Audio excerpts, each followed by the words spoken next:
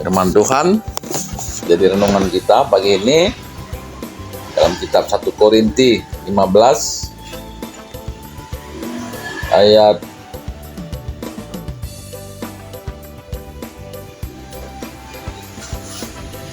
40 sampai 41. Demikian firman Tuhan. Ada tubuh surgawi dan ada tubuh duniawi, tetapi kemuliaan tubuh surgawi lain daripada kemuliaan tubuh duniawi. Kemuliaan matahari lain daripada kemuliaan bulan, dan kemuliaan bulan lain daripada kemuliaan bintang-bintang, dan kemuliaan bintang yang satu berbeda dengan kemuliaan bintang yang lain.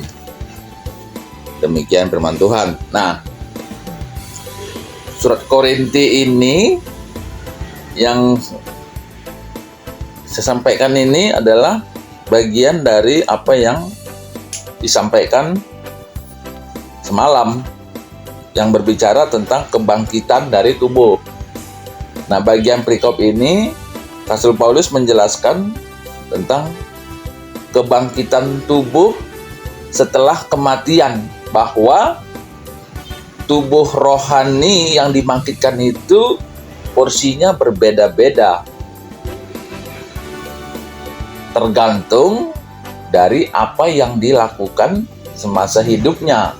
Jadi kehidupan semasa hidup sangat menentukan kualitas tubuh rohani ketika nanti dibangkitkan.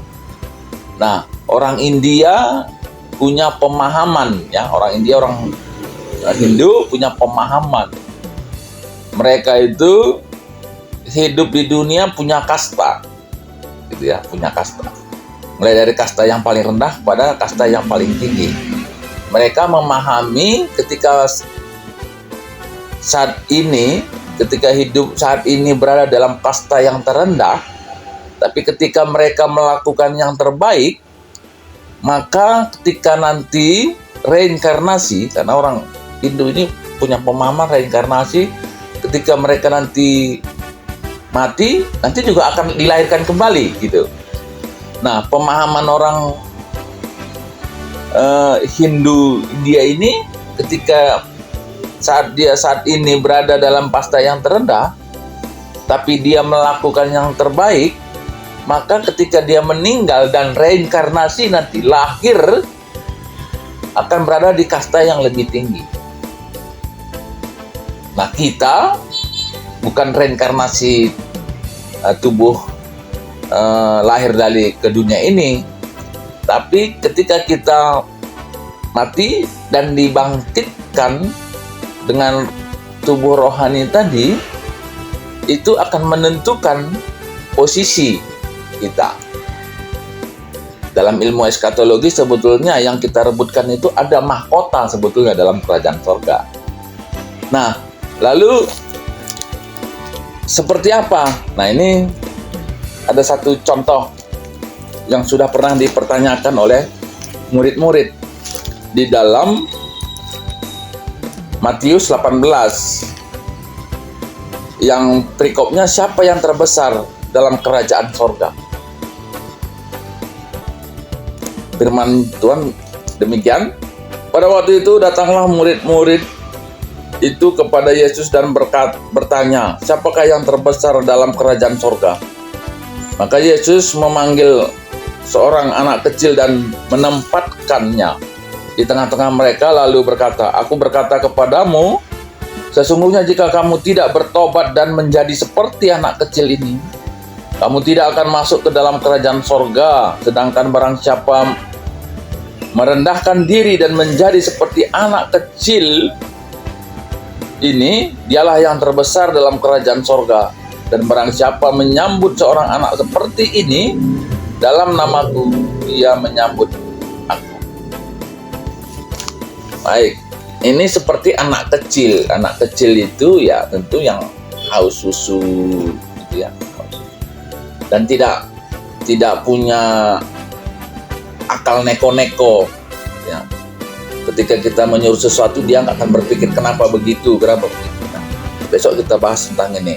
Nah, pertanyaan satu lagi yang dijelaskan dalam Injil, yaitu tentang adanya murid ya, atau orang tua dari murid ya, yang bertanya atau mengatakan kepada Yesus,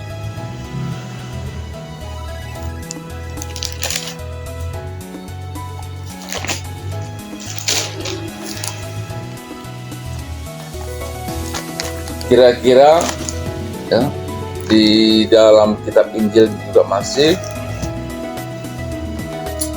ada orang tua dari murid yang menyampaikan kepada Yesus, yang katanya kalau nanti kerajaan yang dibangun Yesus itu sudah berdiri, ya supaya anakku satu sebelah kiri dan satu sebelah kananmu. Nah, demikian permintaan orang tua dari murid ini. Tapi Yesus menjawab bahwa siapa yang sebelah kiriku dan siapa yang sebelah kananku itu juga bukan otoritasku, itu Tuhan yang mempersiapkan untuk itu ya, Tuhan yang mempersiapkan untuk itu. Tetapi Yesus menyampaikan satu bocoran ya. Bocoran, siapa yang ingin menjadi terbesar maka dia harus menjadi terkecil ya. Siapa yang ingin tertinggi maka dia harus memposisikan dirinya menjadi yang terendah. Nah, konteksnya itu adalah melayani ya, melayani. Orang yang banyak melayani akan mendapatkan posisi yang tertinggi. Nah, Rasul Paulus menyampaikannya itu dalam bentuk kompetisi gitu ya, kompetisi atau ya perlombaan, bahwa siapa yang ingin menjadi pemenang dia harus banyak melakukan latihan. Dengan kata lain, siapa ingin tertinggi di kerajaan surga dia harus banyak melakukan kegiatan rohani. Nah, jadi itu tentang kerajaan surga dan bentuk tubuh rohani yang dibangkitkan. Jadi marilah kita yang hidup saat ini di dunia ya, berlomba-lomba saling melayani, berlomba-lomba untuk menunjukkan pelayanan pada yang lain, karena itu akan mengangkat kita pada posisi yang lebih tinggi ketika kita nanti akan dibangkitkan dengan tubuh rohani. Tuhan kalau asimugikan kata di bata dengan semakin kenca setengah sebulan untuk hari. Haleluya. Amin.